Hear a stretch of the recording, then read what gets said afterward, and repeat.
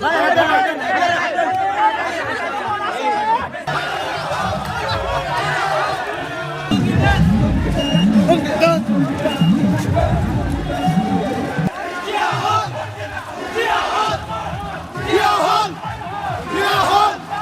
দেখছেন আমাদের এই প্রোগ্রামে দুইটা জিনিস আছে, ডানে গরু বামে খাসি, সকল মেয়েদের আমরা ভালোবাসি।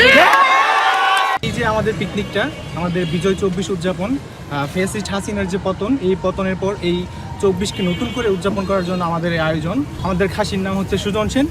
আমরা এটার পিছনে একটা বিরাট কাহিনী রয়েছে, সেটা বলবো না এখানে।